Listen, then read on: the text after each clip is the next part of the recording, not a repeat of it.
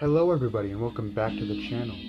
My name is the Prince of FNAF, and if you're new here, please consider subscribing. And of course, if you like the content seen in today's video, then be sure to hit that like button and notification bell. That way you will indeed be notified for any awesome videos like this in the future.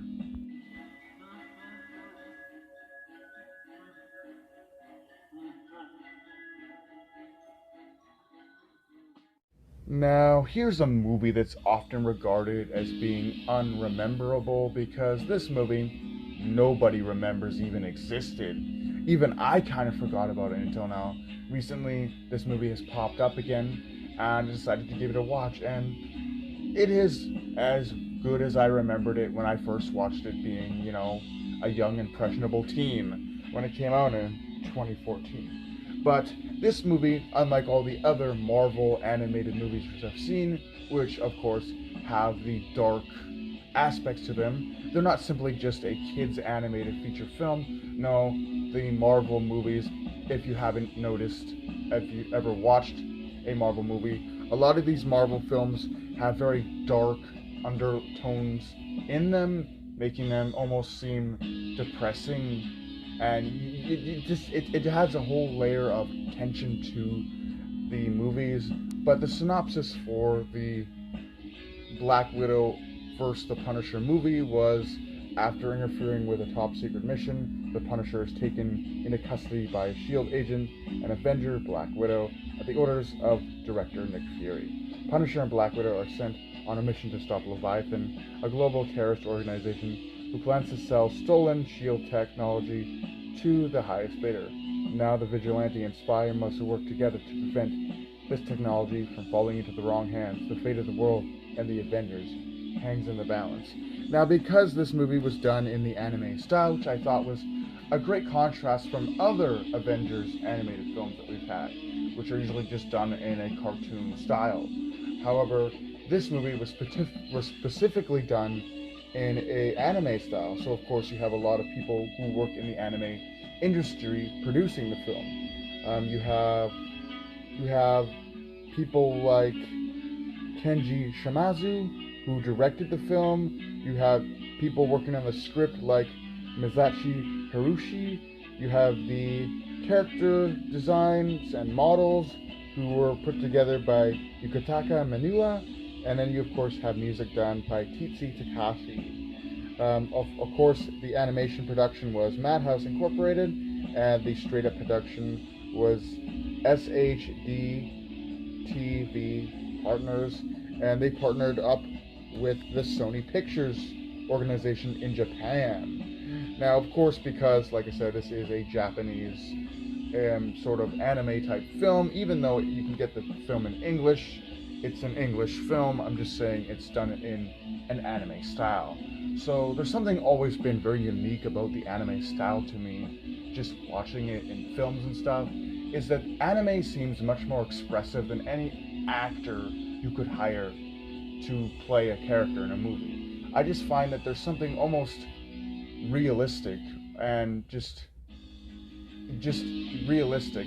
There's a realism to seeing an anime style character on screen, just because the way it's all drawn is the characters move fluently, they express things in a very natural way, so it's a better way to get to know a character and the way they're feeling than just seeing an actor on screen, because the actors may not always react a certain way that can decipher how they're feeling. And in anime, it's a great way to express emotion, which I think is great. And for this being the first Black Widow movie ever created, I've had a great time enjoying it, even as a kid, still being obsessed with Black Widow then. But the movie itself is great.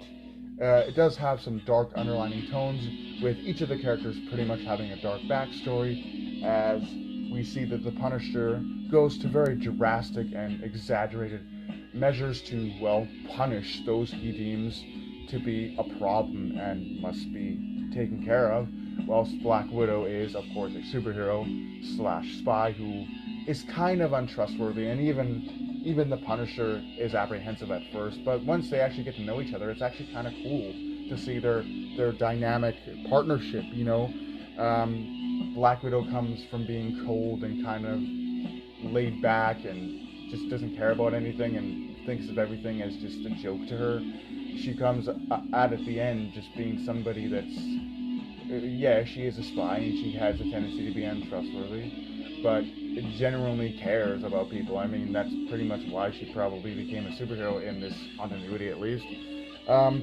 The show is really great, even at the end, as it starts to introduce more superheroes. I mean, yes, Black Widow and Punisher are the main characters of the film, so of course there's going to be a lot of focus on them.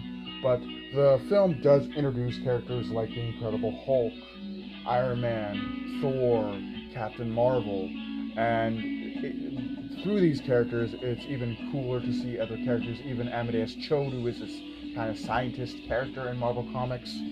And yeah, it's a really cool thing to see how the Leviathan terrorist organization works and how they believe that their inventions of, you know, mind controlling humans and turning them into mindless sort of computer based weapons, it can benefit the world in their own twisted mind. It's a very interesting movie, and I think it's definitely a must watch if you have nothing else better to do, because it's just one of the better animated Marvel films. Yes, Marvel films, if you haven't noticed, animated wise, are very dark in nature, but in this movie it actually works, as both the Black Widow character, Natasha Romanoff, and both the Punisher character have very dark backstories to begin with anyway. But nonetheless, like I said before, I think this is definitely a movie that you can just sit down whenever you want and just watch it just to pass the time. If you're not doing anything, you know, might as well. As for this movie being generally memorable, I don't think this will be a movie that anybody particularly remembers, but for those people who do, I think they're in for a real treat. But with that being said, I hope you guys enjoyed. Do take care, and have a great night.